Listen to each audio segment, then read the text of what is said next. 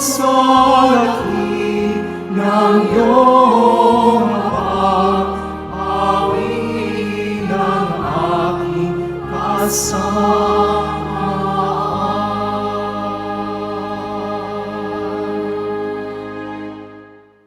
Sa ngalan ng Ama at ng Anak at ng Espiritu Santo, Amen. sumainyo ang Panginoon. At sumayo rin. Mga minamahal kong mga kapatid, sinasalamin ng krus ni Jesus ang ating paghihirap at mga sakripisyo sa ating pagpupunyagi upang mabigyan ng magandang kinabukasan ang ating mga sarili, pamilya at pamayanan. Ipanalangin natin ang isa't isa, ang ating pamilya at komunidad upang mapagtagumpayan ang mga tukso. Ipaubaya natin ang lahat sa Diyos na siyang lakas at sandigan natin, ating bawat hinaing, suliranin at mga kahinaan natin. At upang tayo'y maging marapat gumanap sa banal na pagdiriwang, aminin natin at pagsisihan ang ating mga kasalanan. Tayo pong lahat, inaamin ko sa makapangyarihang Diyos At sa inyo, mga kapatid, na lubha akong nagkasala sa isip, sa salita at sa gawa, at sa aking pagkukulang. Kaya isinasamo ko sa mahal na Birheng Maria, sa lahat ng mga anghel at mga banal, at sa inyo, mga kapatid, na ako'y ipanalangin sa Panginoong ating Diyos. Kaawaan tayo ng makapangyarihang Diyos, patawarin tayo sa ating mga kasalanan at patnubayan tayo sa buhay na walang hanggan. Amen. Panginoon,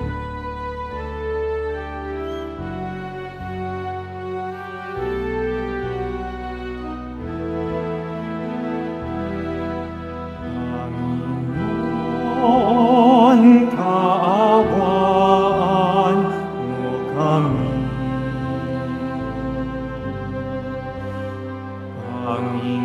Panginoon, kaawaan mo kami.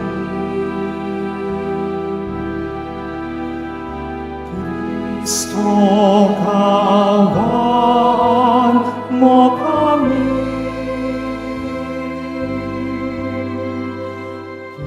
Kristo, kaawaan mo kami.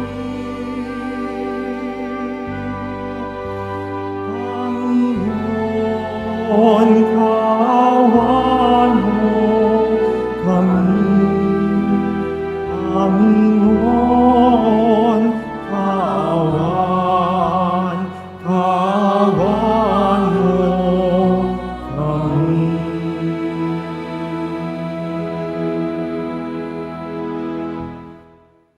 manalangin tayo. Ama naming makapangyarihan, sa taon-taong pagdiriwang ng paghahandang 40 araw para sa Pasko ng Pagkabuhay, kami nawa ay lalong umunlad sa pagtuklas sa hiwaga ng tagumpay ni Kristo upang masundan namin siya sa pamumuhay na marangal bilang tagapamagitan kasama ng Espiritu Santo magpa sa walang hanggan. Amen. Magsiupo muna po ang lahat.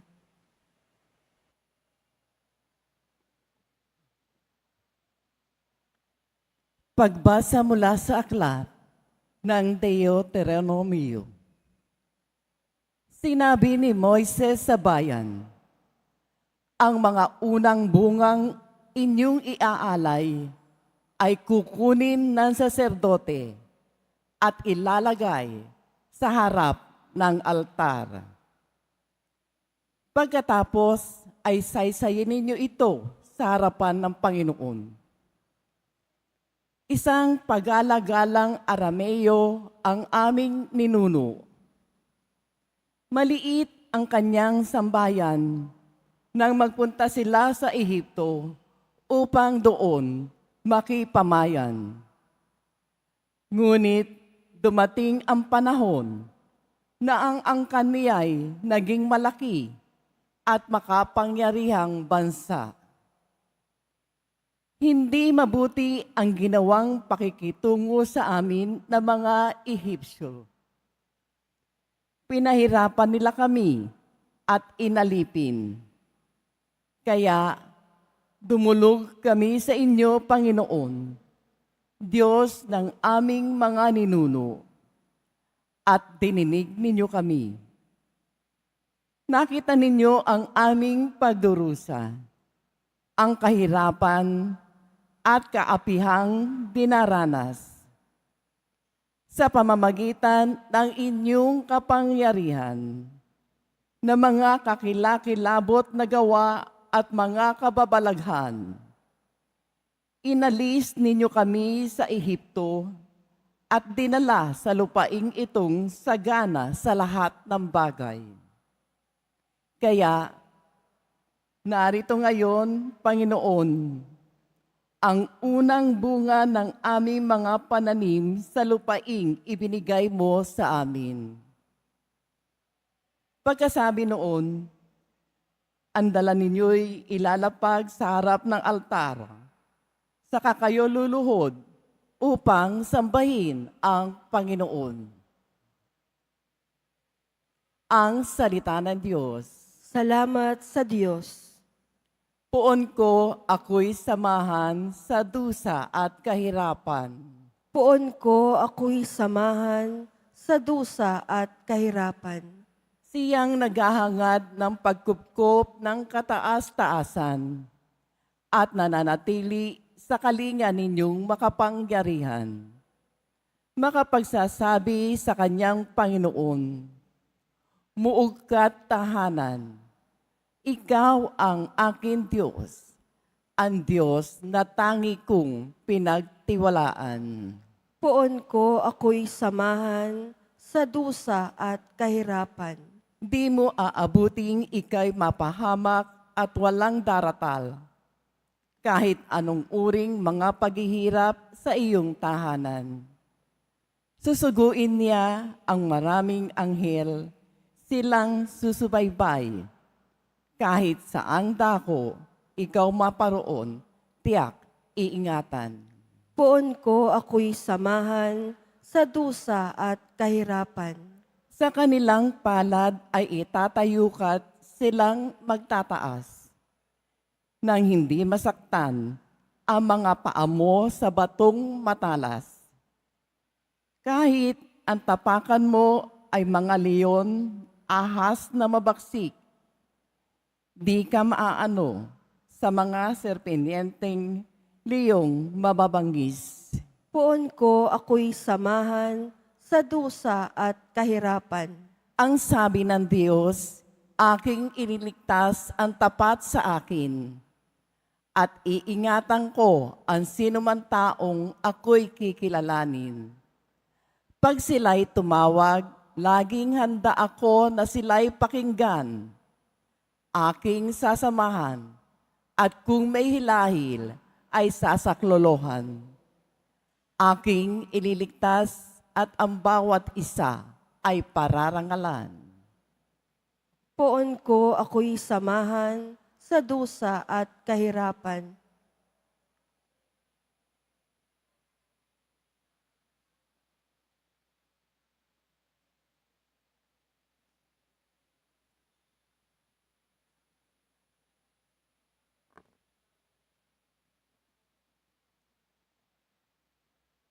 Pagbasa mula sa sulat ni Apostol San Pablo sa mga taga-Roma. Mga kapatid, ito ang sinasabi ng banal na kasulatan. Malapit sa iyo ang salita, nasa iyong mga labi at nasa iyong puso. Ibig sabihin, ang salita'y pinangangaral namin tungkol sa pananampalataya.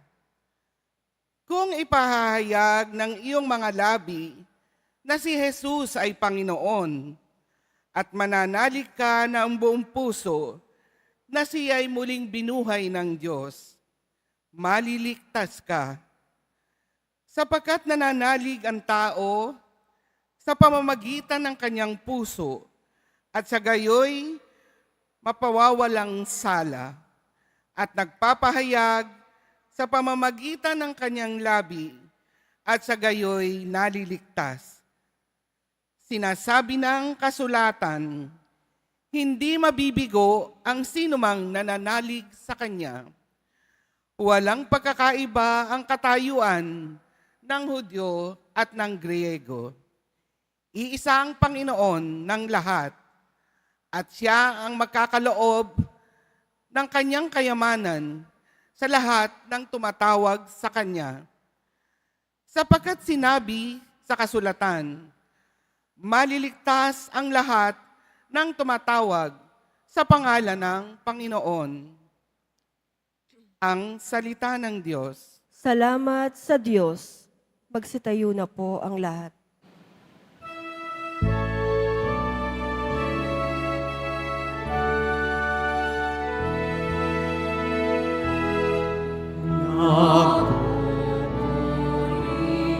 Kami sa'yo, Panginoon Jesucristo. Nagpupuri kami sa'yo, Panginoon Jesucristo. Ang tao ay nabubuhay, hindi lamang sa tinapay, kundi sa salitang mahal mula sa bibig na banal ng Ama nating may kapal. Nagpupuri kami sa'yo, Panginoong Jesucristo.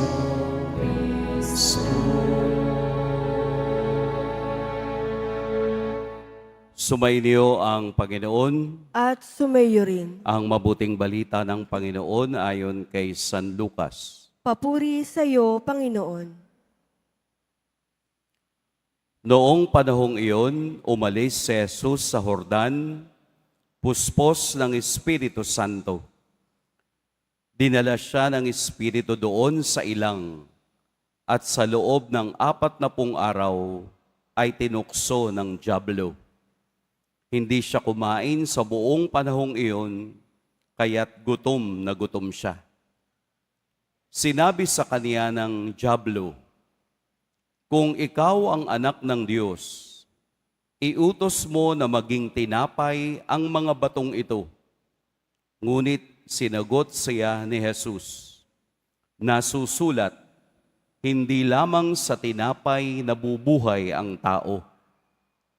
Dinala siya ng dyablo sa isang napakataas na lugar at sa isang saglit ay ipinakita sa kanya ang lahat ng kaharian ng sanlibutan. Ibibigay ko sa iyo ang lahat ng kapangyarihan at kadakilaan ng mga kahariang ito, wika ng dyablo. Ipinagkaloob ito sa akin at maibibigay ko sa kanino mang ibigin ko. Kaya't kung ako'y sasambahin mo, magiging iyong lahat ito. Sumagot si Jesus, nasusulat, ang iyong Diyos at Panginoon ang sasambahin mo, at siya lamang ang iyong paglilingkuran. At dinala siya ng dyablo sa taluktok ng templo ng Jerusalem, at sinabi sa kanya, kung ikaw ang anak ng Diyos, magpatihulog ka sapagkat nasusulat, ipagbibili niya sa kaniyang mga anghel na ingatan ka at aalalayan ka nila upang hindi ka matisod sa bato. Ngunit sinagot siya ni Jesus, nasusulat, huwag mong subukin ang Panginoon mong Diyos. Pagkatapos siyang tuksuhin ng dyablo sa lahat ng paraan, ito'y umalis at naghintay ng ibang pagkakataon. Mga kapatid, ang mabuting balita ng Panginoon. Pinupuri ka namin, Panginoong Heso Kristo. Magsiupo muna po ang lahat. Magandang umaga po sa lahat. Pag-usapan natin ang Ebanghelyo sa unang linggo ng Kwaresma. Nakita natin na ang dyablo ay napaka-eager, napakainit na magawa ang kaniyang misyong sirain ang misyon ni Jesus.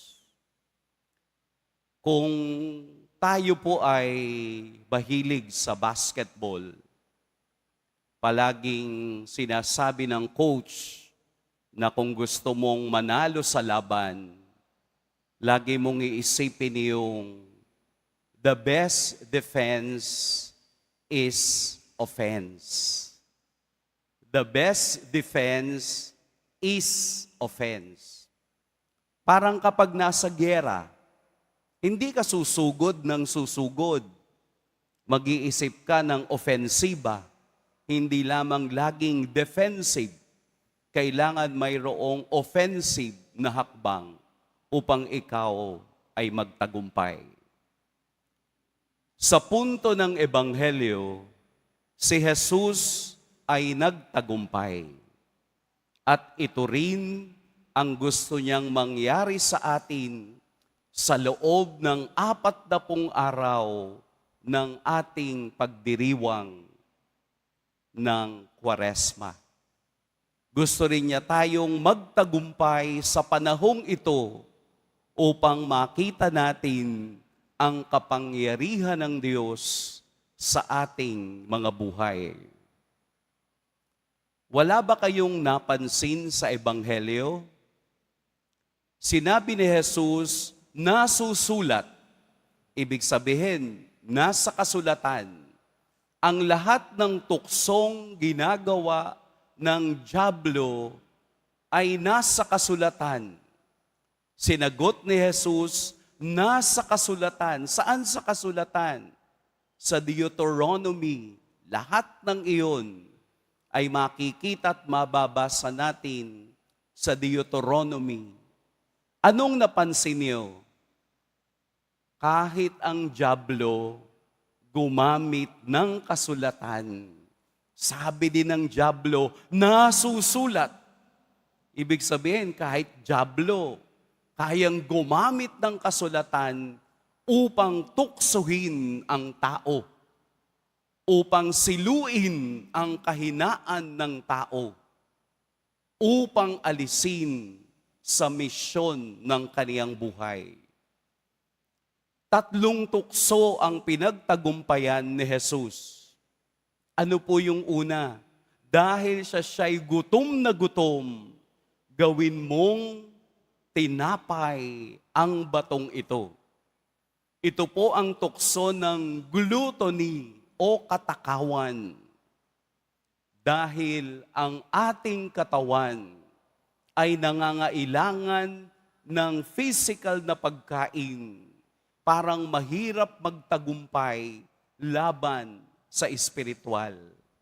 Pero ipinakita ni Jesus na kaya nating pagtagumpayan ang tukso ng katakawan. Bakit kaya? Dahil ang tunay na pagkain ay si Jesus sa banal na Eucharistia.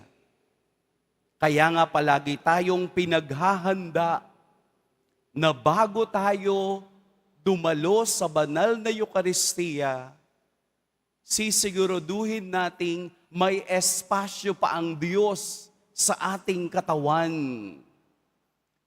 Hindi lahat ng pagkain ay masustansya.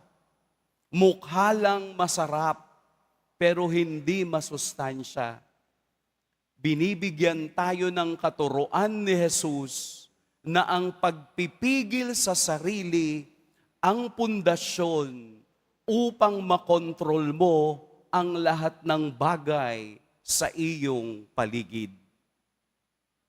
Nagtagumpay si Jesus. Sa ikalawang tukso, ipinakita ng dyablo ang lahat ng kaharian, nangangahulugang yaman, nangangahulugang lahat ng ito ay ibibigay ko sa iyo. Pero anong sabi ni Jesus? Ang lahat ng ito ay pangsamantala lamang. Nagtagumpay si Jesus sa tukso ng yaman. Ikatlo, ang tukso ng greed, ang tukso ng bagay na walang pagtitiwala sa Diyos. Kapag nahulog ka dyan, sasaluhin ka ng mga anghel. Nagtagumpay si Jesus. Ako lamang o ang Diyos lamang ang pwede nating sambahin. Itinuturo ngayon sa Ebanghelyo na araw-araw ng ating buhay, tayo'y kumakaharap sa tukso ng dyablo. Kaya po tinawag na dyablo. Diablo, dalawa, mag-divide. Upang i-divide, upang hatiin ang iyong isip para pumili ka ng mali. Ibinibigay sa Ebanghelyo na kapag ang pinili mo ay ang Diyos at ang tama, ang dyablo nanginginig at umaalis. Dahil sa pangalan ni Jesus, sa ikalawang pagbasa, ang pagbibiyaya ng Diyos ay tumutuloy dahil sa kaniyang makapangyarihang pangalan. Pipili tayo kung ano ang tama. Pipili tayo sa gitna ng mga tukso ng ating buhay. Ang tukso ay palaging nandyan, pero ang pagdesisyon ay hindi dapat manggagaling sa dyablo, kung hindi manggagaling sa iyo. Choose to be kind in the midst of anger. Kung galit na galit ka na, the best offense is kindness. Tingnan ninyo yung mga nangyayari sa karsada. Bakit nag-aaway ang kaparehong driver? Kasi walang gustong magbigay. Bawat isa gustong maging magaling. Bawat isa gustong ipakitang siya ang pinakamagaling. Kapag may mga kasama kayong ganon sa inyong buhay, na palaging nagmamagaling, isa lang ang sasabihin mo, ikaw na. Because the best defense is offense. Hindi nakawawala ng pagkatao ang maging mabuti sa gitna ng galit. Choose to be kind in the midst of anger. Choose fasting in the midst of gluttony. Choose God in the midst of temptation. Kapag pinili natin palagi ang Diyos, nagtatagumpay din tayo katulad ng kaniyang pagtatagumpay. The best defense is offense. Yung ibang gustong umupo, nagagalit na. O ibigay mo yung upuan mo. The best offense. Huwag tayong magpakita ng palagi tayong dapat manalo. Dahil sa kabila nito, ang tunay na pagkapanalo ay nakikita ng Diyos at nadarama ng ating puso. Sapagkat ang tunay na Kristiyanong nagtatagumpay sa gitna ng tukso ay palaging nakatuon sa salita, gawa at habag ng Diyos, kaya tayo'y palaging nagtatagumpay. Tindigan natin laban sa tukso ng araw-araw ng buhay. Magsisimba ba ako o matutulog na lang ako? The decision is yours. Magbibigay ba ako sa pulube o hayaan ko na lang maglakad ng dire-diretso? The decision is yours. Ipinapakita lamang ng Ebanghelyo na ang bawat mabuting desisyon na naaayon sa kalooban ng Diyos ay palaging may pagtatagumpay. At iyon ang inaasahan ng Diyos na tayo'y magtagumpay sa panahong ito upang makasama natin siya at siya bilang Diyos ang siyang magbibigay ng korona ng tagumpay sa bawat isa. At yun ang ating hinihintay. Mag-iingat po kayo ngayong araw.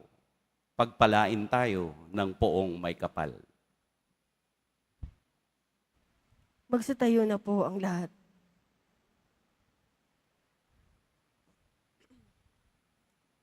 Sumasampalataya ako sa Diyos Amang makapangyarihan sa lahat. Na may gawa ng langit at lupa.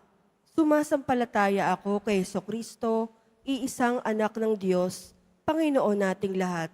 Nagkatawang tao siya lalang ng Espiritu Santo. Ipinanganak ni Santa Mariang Birhen, pinagpakasakit ni Poncio Pilato. Ipinako sa krus na matay inilibing, nanaog sa kinaroroonan ng mga yumao. Nang may 3 araw na buhay na magmuli, umakyat sa langit, naluklok sa kanan ng Diyos Amang makapangyarihan sa lahat. Doon magmumulat paparito at huhukom sa mga nabubuhay at nangamatay na tao.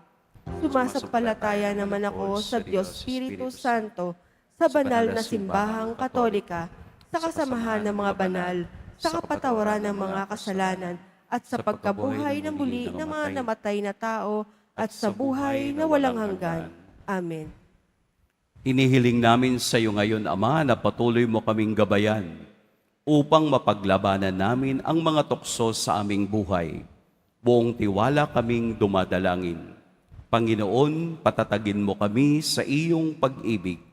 Panginoon, patatagin mo kami sa iyong pag-ibig. Para sa mga namumuno sa simbahan, makasumpong nawa sila ng lakas kay Jesus, na sa tuwing sila'y nasa bingit ng pagsuko, sa tuksong mamuhay ng taliwas sa Ebanghelyo. Manalangin tayo. Panginoon, patatagin mo kami sa iyong pag-ibig. Para sa mga namumuno sa aming pamahalaan, pukawin mo nawa sila ng iyong dakilang pag-ibig upang gamitin nila ang kaba ng bayan sa mga programang kapaki-pakinabang sa mamamayan. Manalangin tayo. Panginoon, patatagin mo kami sa iyong pag-ibig. Para sa mga naghahanda para sa pagtanggap ng binyag, tulad ng ating Panginoong Jesus, lagi nawa naming piliin ang tama, mabuti, at kalooban ng Diyos sa tuwing humaharap sila sa tukso ng demonyo. Manalangin tayo. Panginoon, patatagin mo kami sa iyong pag-ibig. Para sa kapatid naming pumanaw, kahabagan mo nawa sila upang ganap silang makasapit sa buhay na walang hanggan. Manalangin tayo. Panginoon, patatagin mo kami sa iyong pag-ibig. Sa ilang sandali ng katahimikan, ating ipanalangin ang iba pang mga pangangailangan ng ating pamayanan. Gayon din ang mga intensyon na iniaalay sa ating misa sa araw na ito. At isama rin natin ang ating mga pangsariling kahilingan.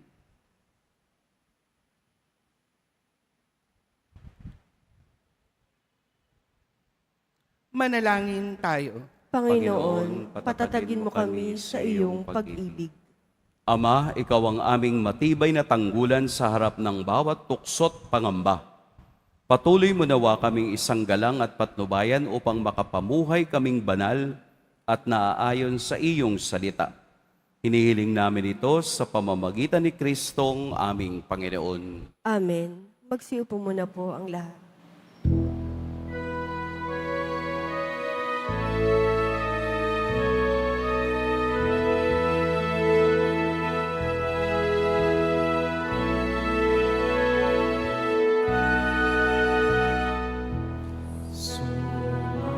Sumasamo kami sa'yo. Marahati aming Panginoon, tanggapin mo.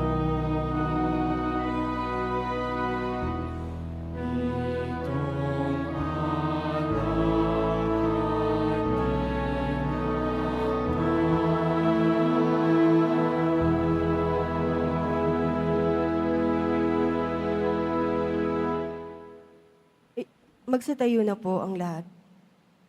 Manalangin kayo mga kapatid upang ang paghahain natin ay kalugdan ng Diyos amang makapangyarihan. Tanggapin nawa ng Panginoon itong paghahain sa iyong mga kamay, sa kapurihan niya at karangalan, sa ating kapakinabangan, at sa buong sambayanan niyang banal. Ama naming lumikha, gawin mo kaming maging marapat maghain sa pagdiriwang namin ngayon ng pagsisimula ng banal na panahon ng 40 araw ng paghahanda para sa Pasko ng Pagkabuhay sa pamamagitan ni Hesukristo kasama ng Espiritu Santo magpa sa walang hanggan. Amen. Sumainyo ang Panginoon. At sumayo rin. Itaas sa Diyos ang inyong puso at diwa. Itinaas na namin sa Panginoon. Pasalamatan natin ang Panginoong ating Diyos. Marapat na siya ay pasalamatan. Ama naming makapangyarihan, tunay ngang marapat na ikaw ay aming pasalamatan sa pamamagitan ni Jesucristo na aming Panginoon. Ang kaniyang 40 araw ng pagtitiis ng kagutuman ay nagbibigay kahulugan sa panahong ito ng pagpapakasakit para sa kapwa-tao. Ang pagtalikod niya sa tuksong maging makasarili ay nagtuturo sa aming harapin ang pagpapakabuti upang kaisa niya'y maging malaya kami sa pagdulog sa hapag ng huling hapunan na siyang hantungan ng lahat sa kalangitan. Kaya kaisa na mga anghel na nagsisiawit ng papuri sa iyo, nang walang humpay sa kalangitan, kami nagbubunyi sa iyong kadakilaan.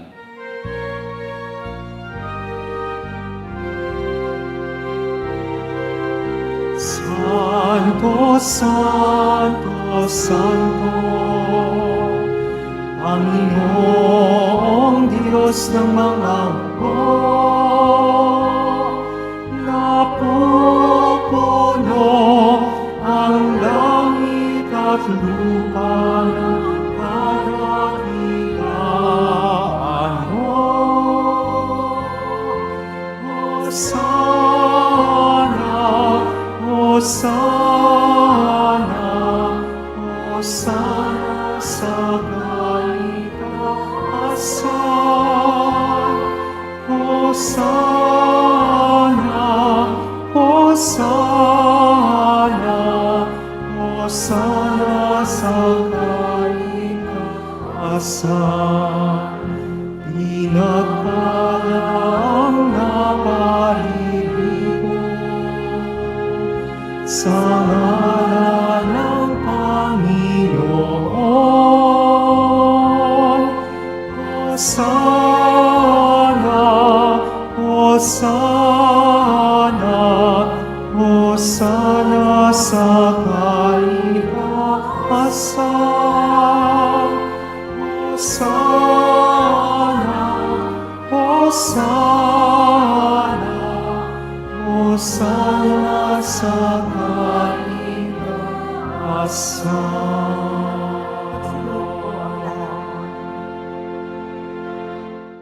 Ama naming banal, ikaw ang bukal ng tanang kabanalan.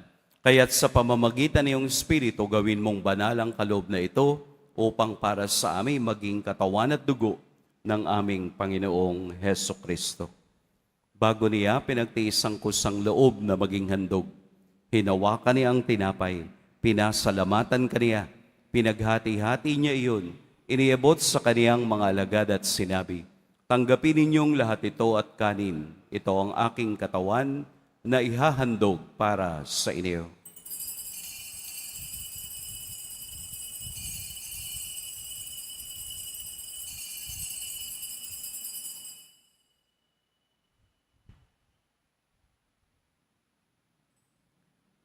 Gayun din naman, noong matapos ang hapunan, hinawakan niya ang kalis, muli kaniyang pinasalamatan, inabot niya ang kalis sa kaniyang mga alagad at sinabi, "Tanggapin ninyong lahat ito at inumin. Ito ang kalis ng aking dugo.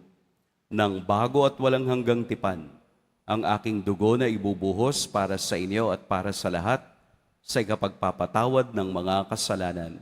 Gawin ninyo ito sa pag-alala sa akin."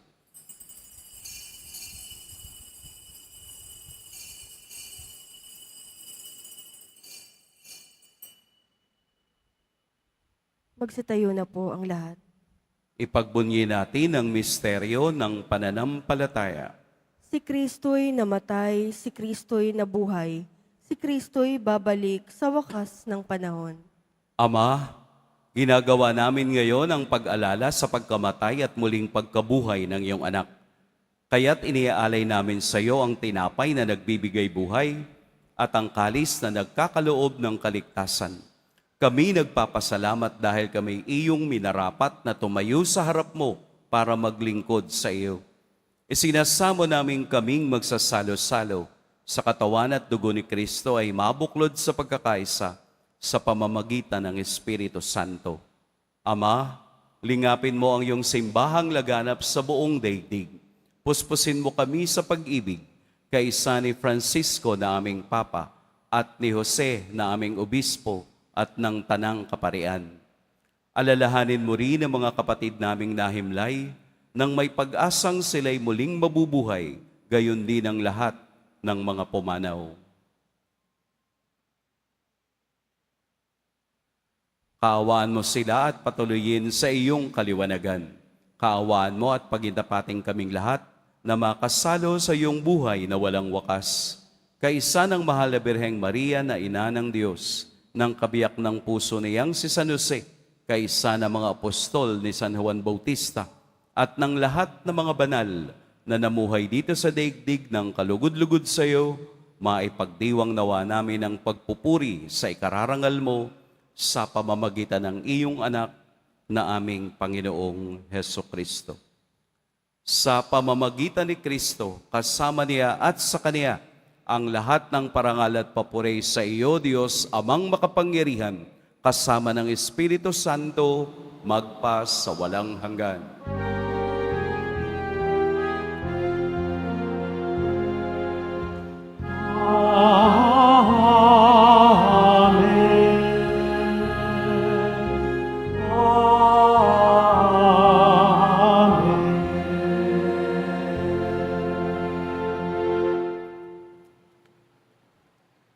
Sa tagubilin ng nakagagaling na utos at sa turo ni Jesus na Panginoon natin at Diyos, ipahayag natin ng lakas loob.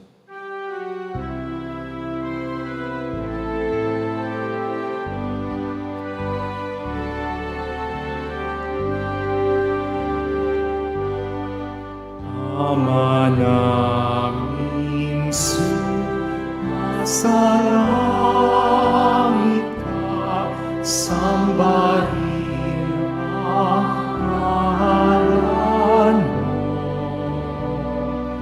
Mapasa amin ang kaharian mo, sundin ang loob mo.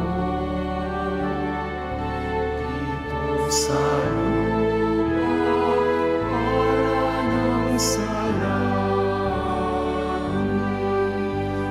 bigyan mo kami ngayon ng aming kakanin sa araw-araw. At patawarin mo ang aming mga sala para ng pagpapatawad namin sa nagkakasala sa amin. At huwag mo kami paitulot sa tukso, at mo kami sa lahat ng sama.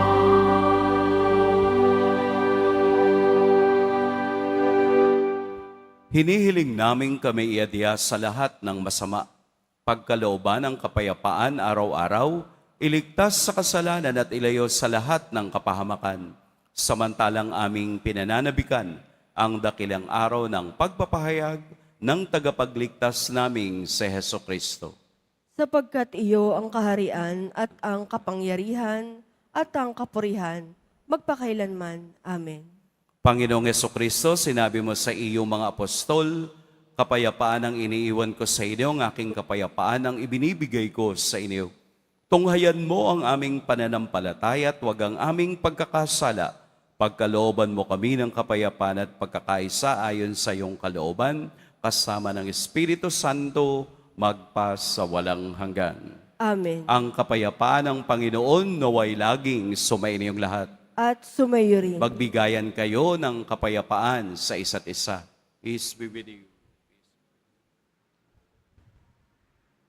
Kordero ng Diyos na nag-aalis ng mga kasalanan ng sanlibutan, maawa ka sa amin. Kordero ng Diyos na nag-aalis ng mga kasalanan ng sanlibutan, maawa ka sa amin. Kordero ng Diyos na nag-aalis ng mga kasalanan ng sanlibutan, ipagkaloob mo sa amin ang kapayapaan. Magsilhod po ang lahat. Narito si Jesus ang ating katatagan sa gitna ng tukso ng buhay. Ito ang kordero ng Diyos. Ito ang nag-aalis sa mga kasalanan ng sanlibutan. Mapapalad ang inaanyayahan sa kaniyang piging. Panginoon, hindi ako karapat-dapat na magpatuloy sa iyo, ngunit sa isang salita mo lamang ay gagaling na ako.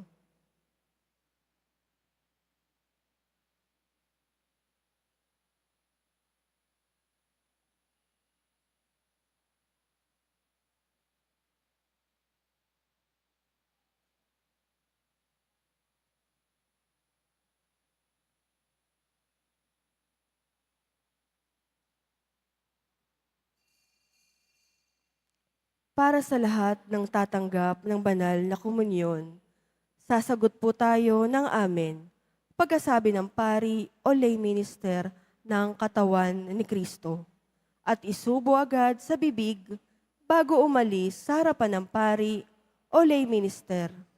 Sumunod po tayo.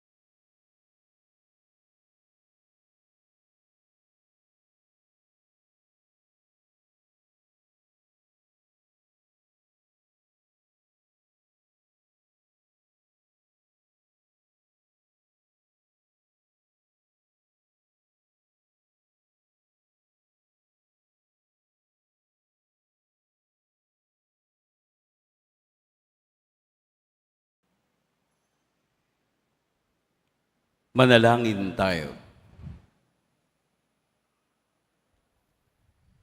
Ama naming mapagmahal, kaming pinapakinabang mo sa pagkain iyong bigay ay tumatanggap ng pampalakas ng pananampalataya, pampatibay ng pag-asa at pampaalab ng pag-ibig. Matutuhan nawa naming damahin ang gutom at pananabik sa tunay na pagkaing nagbibigay buhay upang kami makapamuhay sa bawat salita na namumutawi sa iyong bibig sa pamamagitan ni Hesukristo kasama ng Espiritu Santo magpa sa walang hanggan. Amen. Sumainyo ang Panginoon. At sumayo rin. Yumuko kayo para sa pagbabasbas. Mahal na poong Jesus Nazareno, inihayag mo sa pamamagitan ng krus ang walang maliw na pag-ibig ng Diyos sa sangkatauhan. Pakinggan mo ang kahilingan lalo na para sa mga nangangailangan ng iyong tulong at awa. Makamtan nawa namin ang iyong kasagutan na may utang na loob na tinatanaw. Basbasan din po ninyo itong mga imahen at dasalan upang lalo kaming manalangin at magtiwala. Sa pamamagitan ng bendisyon na ito, naway lalo kaming maging mapaglingkod, masunurin na tapat sa iyo na aming maluwalhating Panginoon magpas sa walang hanggan. Amen. At pagpalain kayo ng makapangyarihan at mapagmahal na Diyos, ang Ama at Anak at Espiritu Santo. Amen. Humayo kayong taglayang kapayapaan ng poong Jesus Nazareno. Salamat sa Diyos.